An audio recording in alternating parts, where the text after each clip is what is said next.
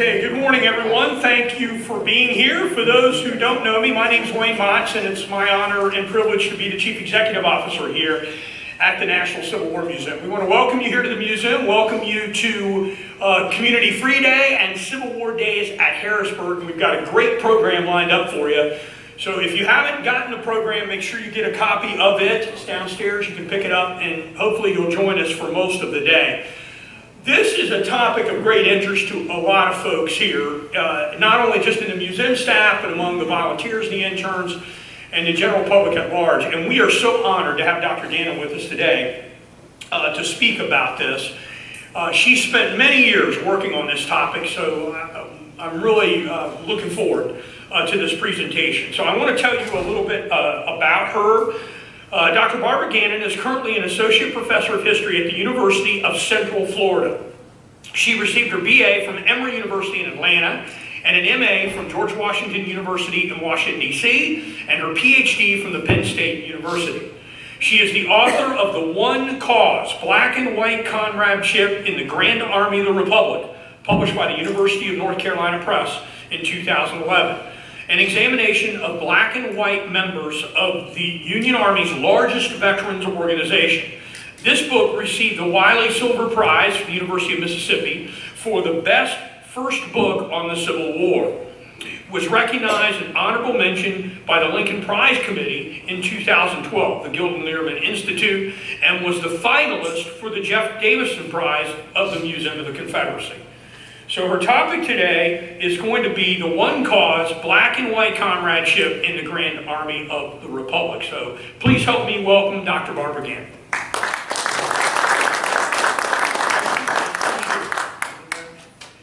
If you want to adjust the mic, you can adjust it right here if you wish. Okay.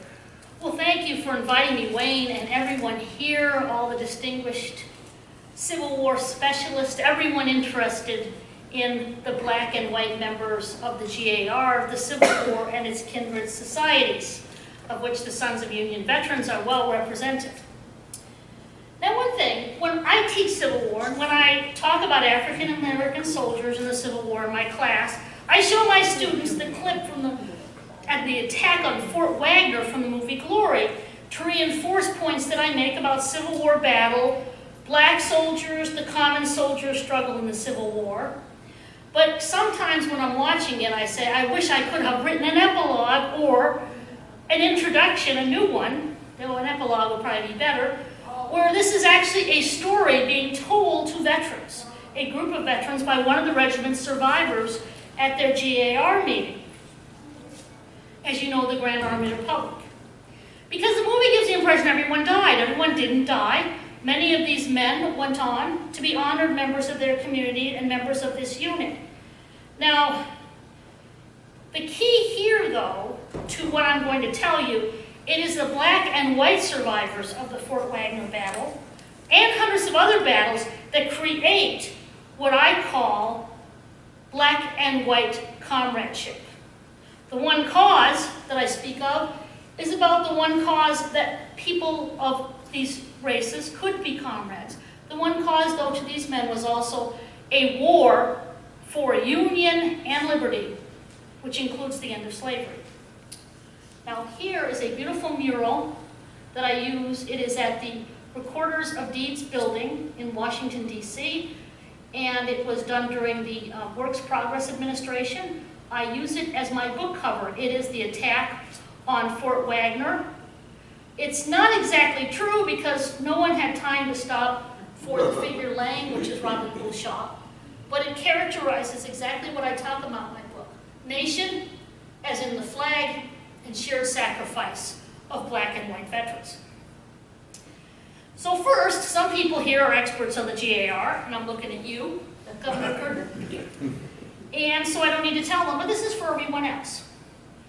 Now, what was the Grand Army of the Republic? What were its members? Why is it important enough? This is a parade down Pennsylvania Avenue, a huge parade in 1892. There were 100,000 people watching it. They go back all the way. This is a stereo view of that parade that is sold for money that people would watch and to see. Who are they that people would care? Now, this is a black post, probably from Philadelphia, in that parade.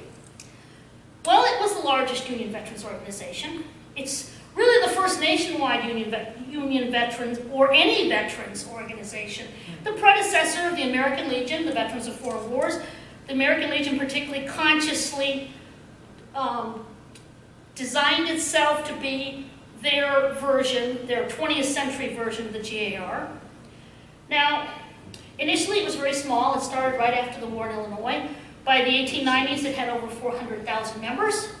It welcomed all soldiers who had served in the Union Army or Navy who had an honorable discharge.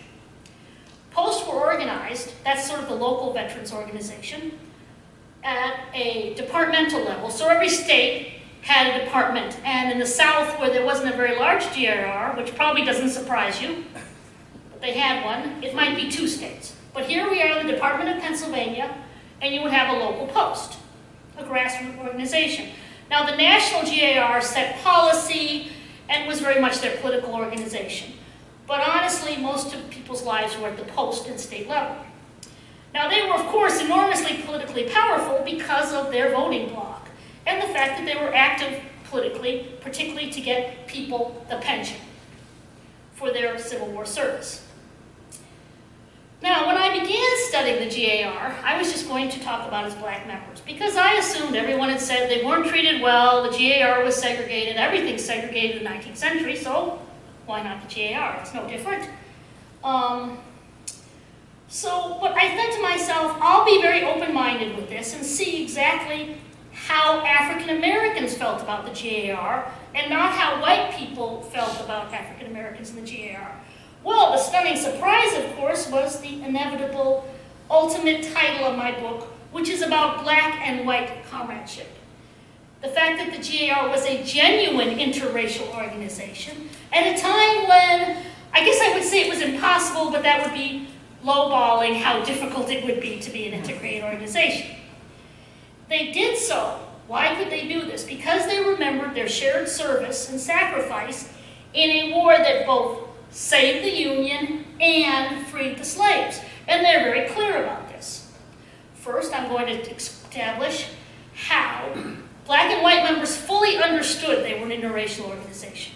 Second, that this interracial organization exhibited itself in a number of ways, particularly the political status of black posts, which you see here. There are posts, local organizations of all black members, and the equal political status they had. Third, I'm going to talk about integrated posts, i.e. posts that had black and white members, which is so crazy, your brain explodes. You don't even know what to say in the 19th century. It should not happen. The end. And fourth, why it happened, and it's about the suffering of the war. It's about the war memory, but also Union veterans, and this has been a very important scholarly subject of late, they never stopped suffering. There is no easy cure for anything that happened to them in the war, whether it be wounds or chronic diarrhea or rheumatism. A Union veteran never stopped suffering, even if they lived for a very long time. Now, why is this important? I have it capitalized. Because it happened in no other 19th century organization. I kind of wanted to cap that in the book too. Now, one of the things I'm going to do, you're going to hear a lot of talking and quotes, and you're like, why am I quoting? Because no one ever believes a story.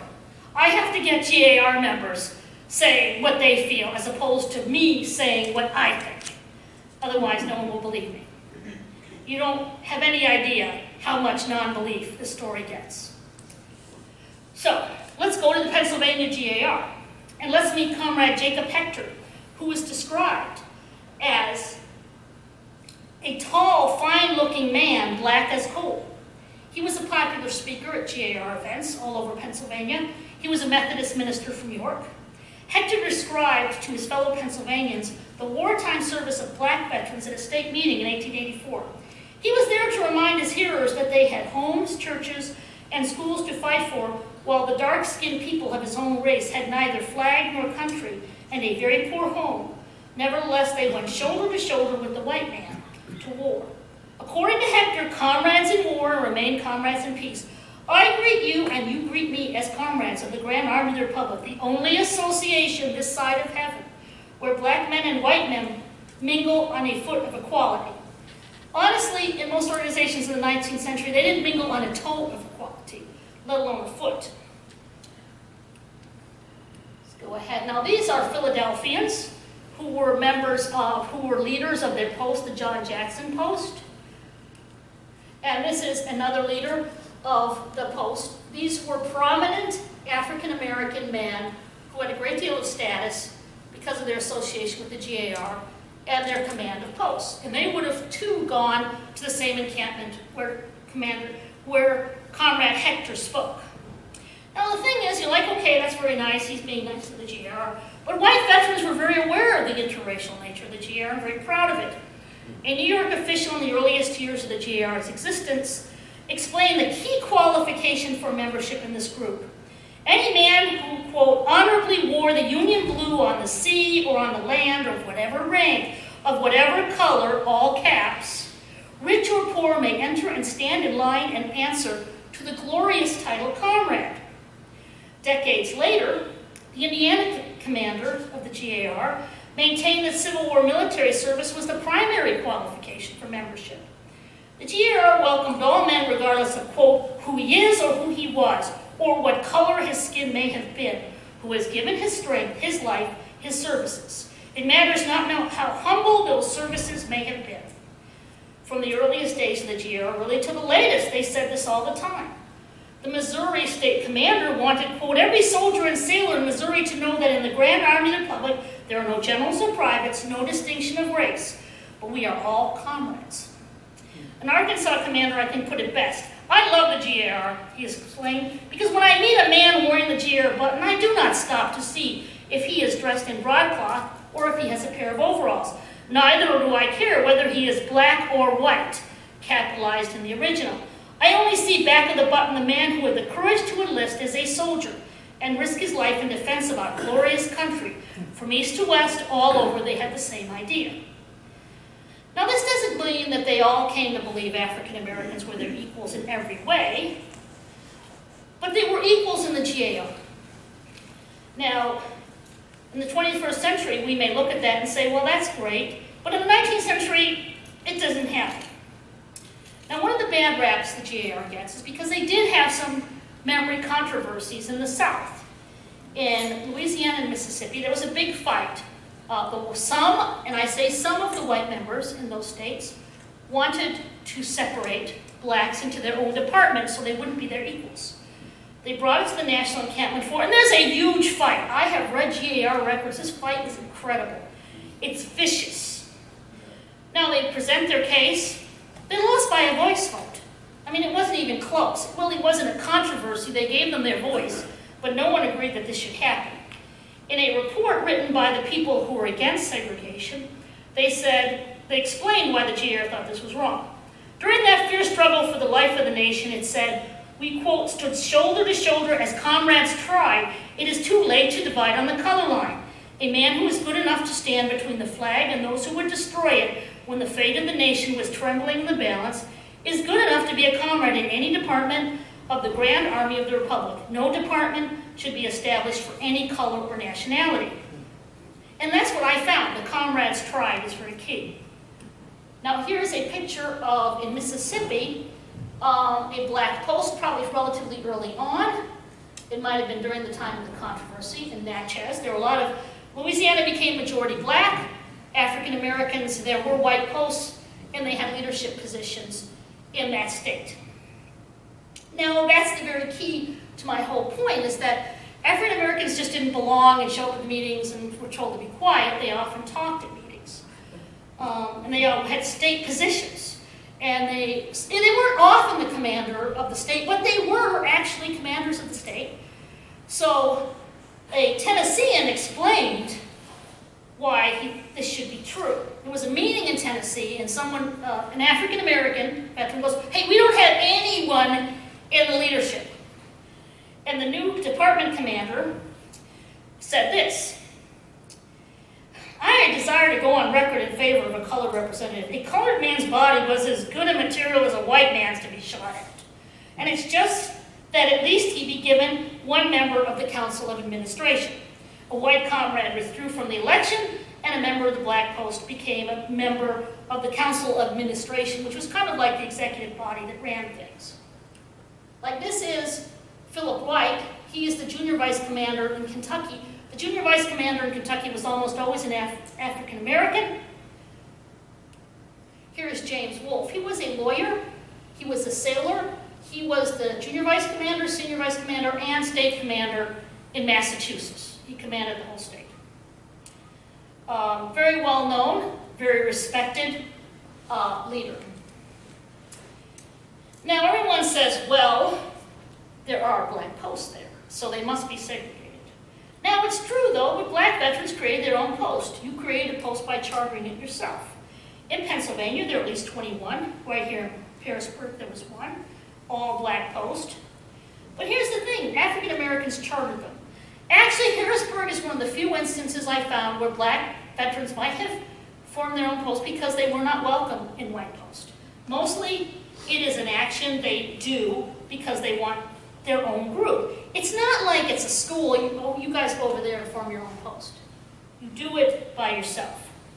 Now, like all white organizations, they're charitable organizations, fraternal, patriotic. They have relationship with the church and with the women auxiliaries that they have, and I'll talk a little bit about those.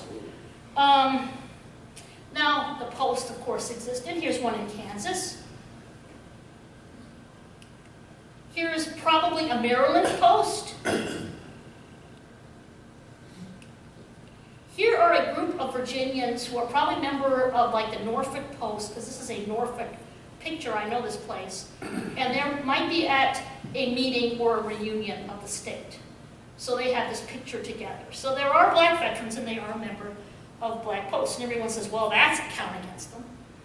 Well, here's the issue. When I read this, and we were actually talking about this early, and it's very much in the new Civil War memory and monuments, African Americans were very aware of the fact that everyone was trying to write them out of the war, and that it was a white man's war, and it had nothing to do with slavery. They're very conscious of this. So one of the things they used their post to do is to fight the battle for Civil War memory and assert their performance and that they fought heroically in a war against slavery. So they do this all the time.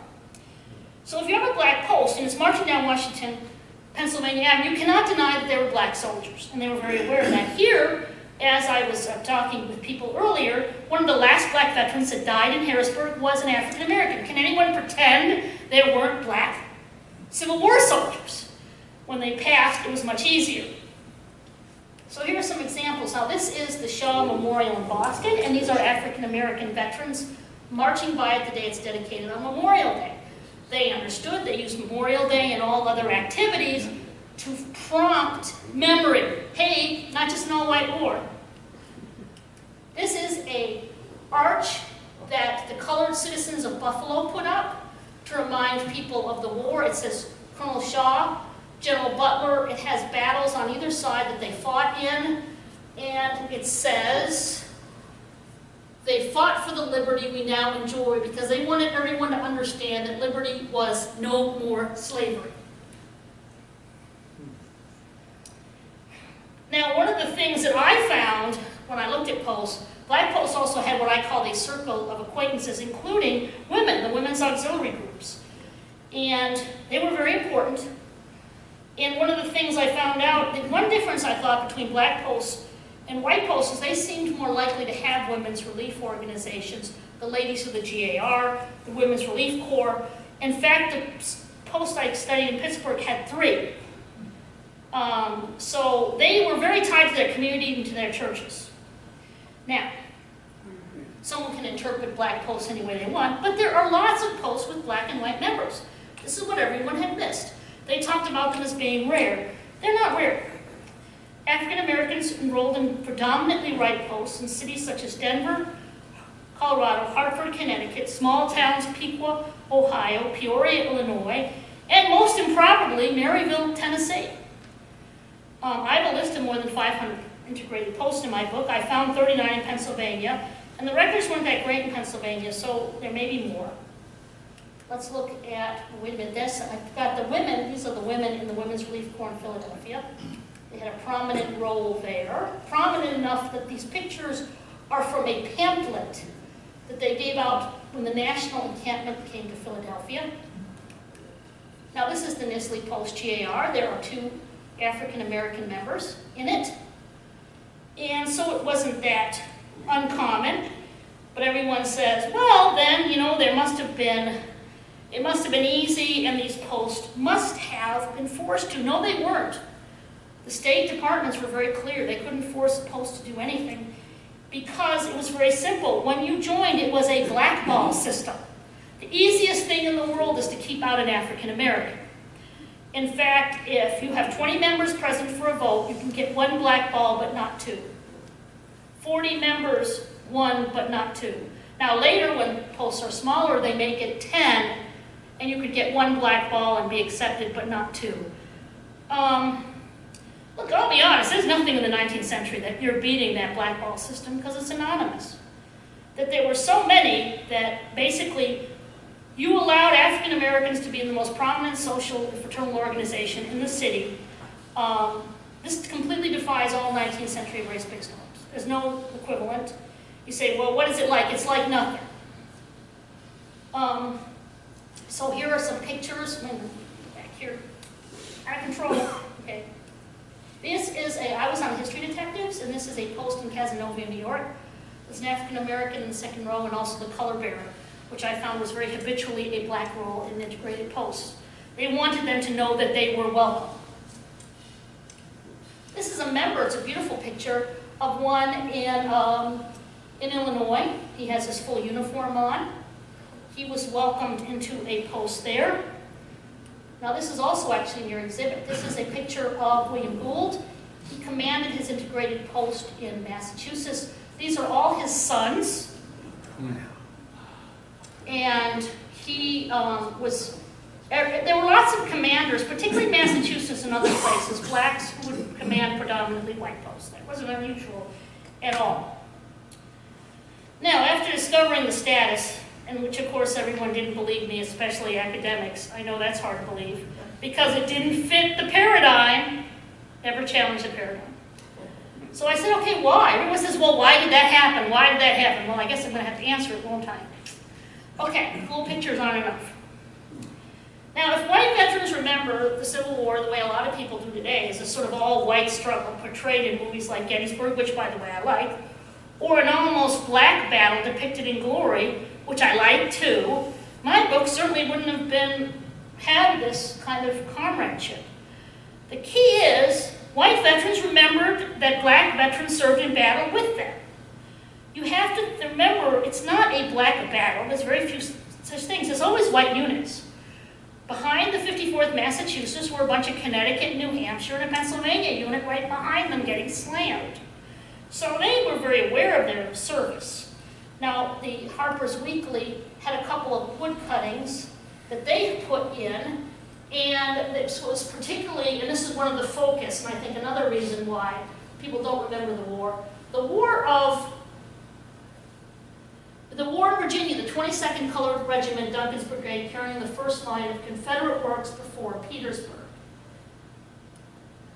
And there's another better look at it.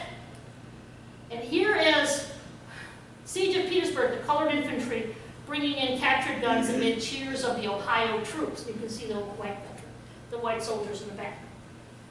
So particularly in those last parts of the war in Petersburg, everyone knows there are black troops there fighting very important battles.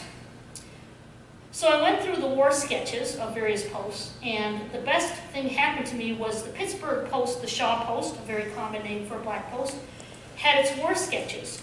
So Reuben Lewis, who was formerly the 5th Massachusetts Cavalry of that post, he joined that post in Pittsburgh later, he, quote, remembered the fierce battle in front of Petersburg on the 14th and 15th days of June, 1864, when several of his comrades were killed and many wounded.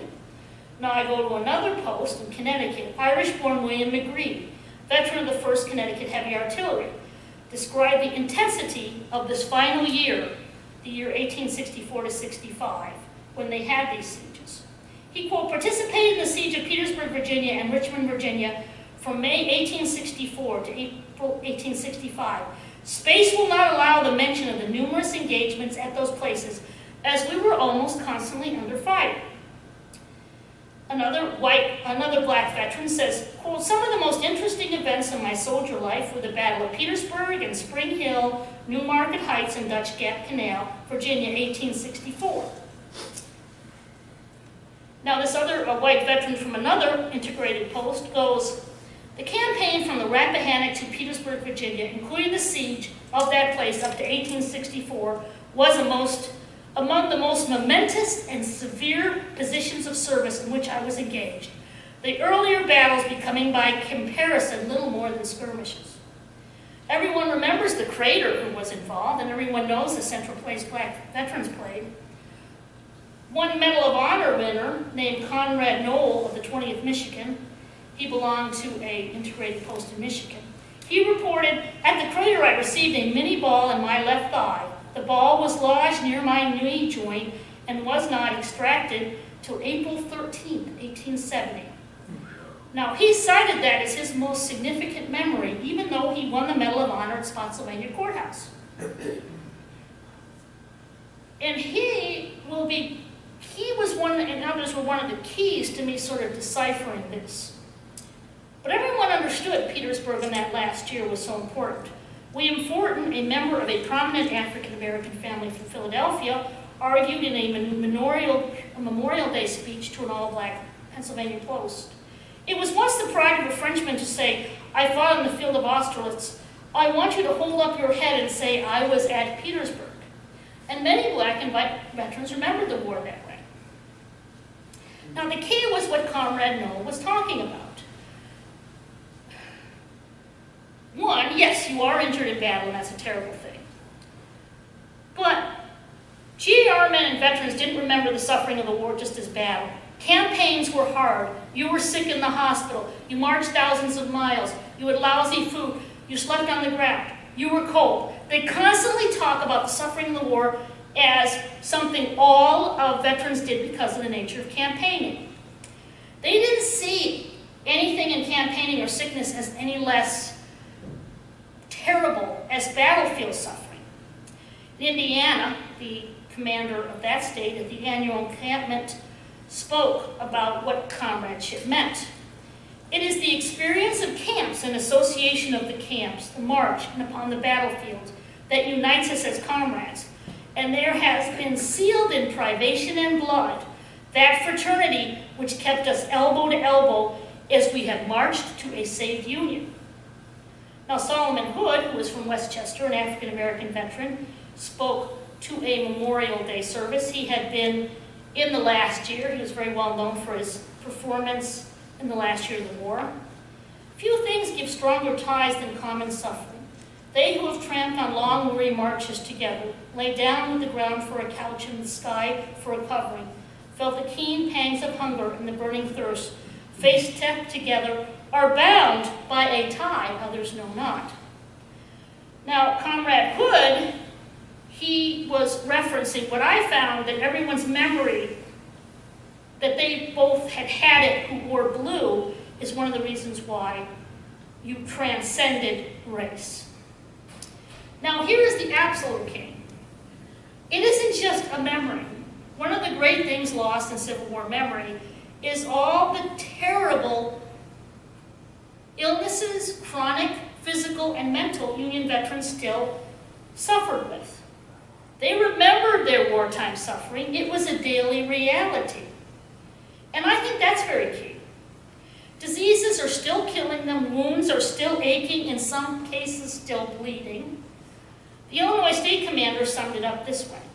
How can we estimate the cost? The dead who fell in battle may be numbered, but the anguished of the maimed who carry their pain on a daily basis until death releases them, the broken-hearted fathers, mothers, whose sons sleep deep beneath the sod and whose cowed heads hasten to an early grave, the blighted home where the widow sits in darkness, the orphan children who are left to live life, struggle alone, the sum of sorrows, and all the bitterness must be gathered and counted before the cost can be told.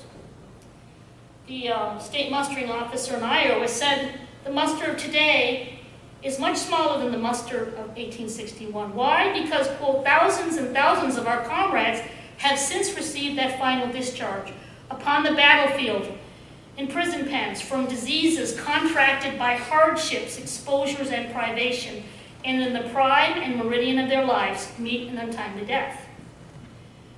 They constantly talk about, both at the post and the state level, that they are still ill, physically or mentally, and it hasn't ended the war for them.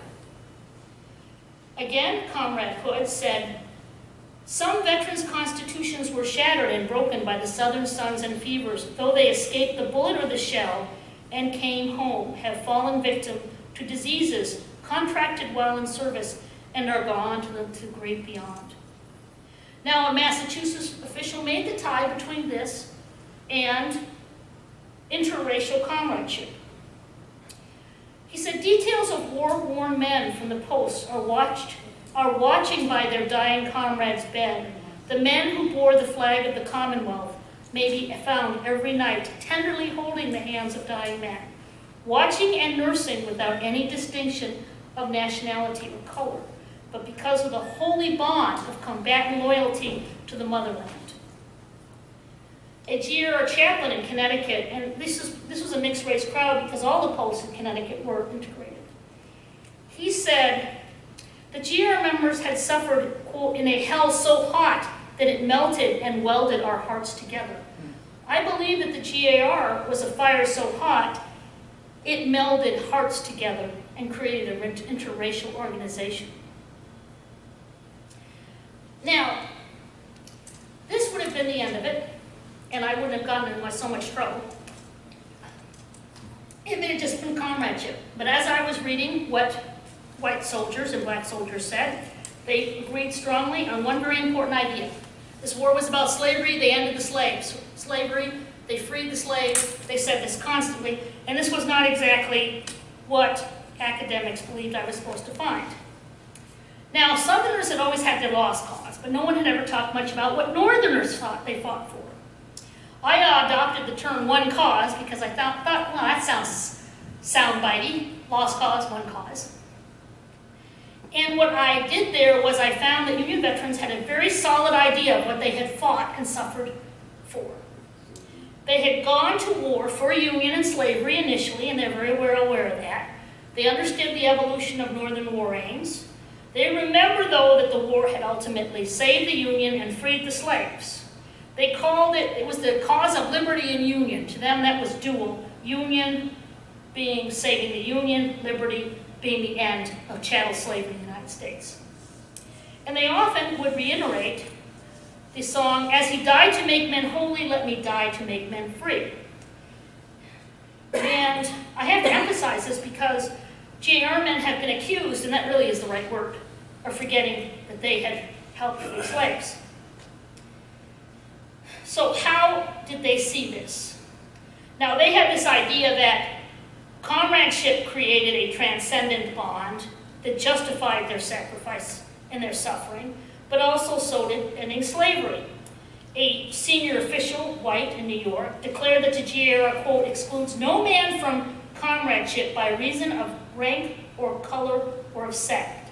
He told his comrades, look around upon this gathering and see here the face of one of the race which for so many years was held in bondage under the boasted government of freedom. They are our comrades and our brothers. Now people say, well, that was only a rare thing, was politically. Well, these were generally at state meetings where they were just talking among themselves. They weren't really for public consumption that much. So these are just samples. They constantly talk about emancipation and freeing slaves. And the key is again back to suffering. Everything in the GAR goes back to trying to deal with the wreckage of your generation and how much pain you were still in. And it's inconceivable, because they wrapped their discussion of what the war was about in suffering, that they were insincere about this. Now, James Tanner was a very prominent GAR man. He would be commander-in-chief. He had lost both his legs in the war. One of them would have to be re-amputated in 1890 to deal with the pain. He had been commissioner of pensions, but he had thought his role was getting as much money out to veterans as he could. No one liked that. so he lost his job. This is how he remembered the war. He admitted, quote, "The cry I remember in 1861 was the Union restored with all the rights of the states conserved.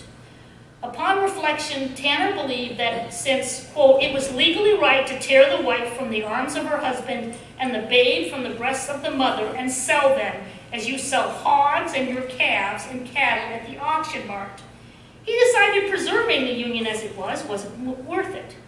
Tanner reminisced with comrades in Ohio about the effects of emancipation on his morale. "Oh, then it was that our bosoms swelled with manly pride, when around our campfires at night and on our march by day we were thrilled by the grand battle hymn of the Republic. Christ died to make men holy, while we died to make men free." And everyone says, well, he was just weird. Initially, when I first read Scott's God, you're really not a popular person, but he was an enormously popular speaker, and he became commander-in-chief of the GAR. And the key, a triple key, was that they invoke it with their religious feelings. Now, this is a very religious era. They often compared it to, for example, the Old Testament, Moses. At the Pennsylvania encampment, a comrade maintained, "Throughout all of our Southland, we had humanities in the bonds of slavery and under cruel taskmasters. But like the children of Israel, bound under old Pharaoh, they multiplied until their numbers became legion. And God, in his own due time, raised up for these people in the Southland a leader, just as he had in the olden time, a leader for the children of Israel, and they attained their freedom." And they would also contemplate the New Testament. "Every manly heart was laid upon the altar of their country, and they were ready to shed the last drop of blood in their veins to win the victory." When he concludes his thought, "This nation of ours shall be forever free, for God hath ordained it so out of the sacrifice that was poured out on this sacred soil." And they constantly use those words. And again, it was associated with their suffering and making it worth something. In Minnesota, the state commander said, his comrades died amid the battle clangor of 500 crimson fields. They died in the hospitals, where nerves were highways for steps of fever, scorching feet. They died in dismal prison pens, unshorn, unsheltered, hungry, thirsty, desolate, despairing. They died, 400,000 of them died in the dewy effervescence of a beauteous youth, that the slaves might be unshackled, freedom apostatized, the nation saved. Now, when that chaplain had said that suffering melted and welded their hearts together, this is what he said it was for. But their time in hell did more for these comrades. Quote, "It wiped out the curse of slavery from our land and set all men free, so that our flag was no more a lie, but it was really the flag of freedom." A comrade in Ohio, I'll never forget this man, because his son had died when he was away in the war. Why was it we sacrificed? Great God, when Sumter's guns were heard, 1/8 of the people under the flag were bought and sold, flesh, blood, wives, children. Sacred souls that were bought by the same blood on Calvary that brought your pardon and mine. And he cites the Battle of Hill in the Republic, the second verse. "In the beauty of the lilies, Christ was born across the sea, and he died to make men holy. Let us die to make men free. And we made them free, and today we are all free." A commander-in-chief summarized this whole idea. "In the book of the Grand Army Republic, it will be the eloquent story of, in all caps, a republic saved and a race redeemed from bondage." And that's how he wanted the GAR to be remembered. I helped to write this book, and I certainly want to remind people of the one cause, but we have to understand the Civil War as an interracial blood sacrifice that transformed and made possible the modern United States, the living legacy of the black and white comrades of the Grand Army of the Republic. Thank you.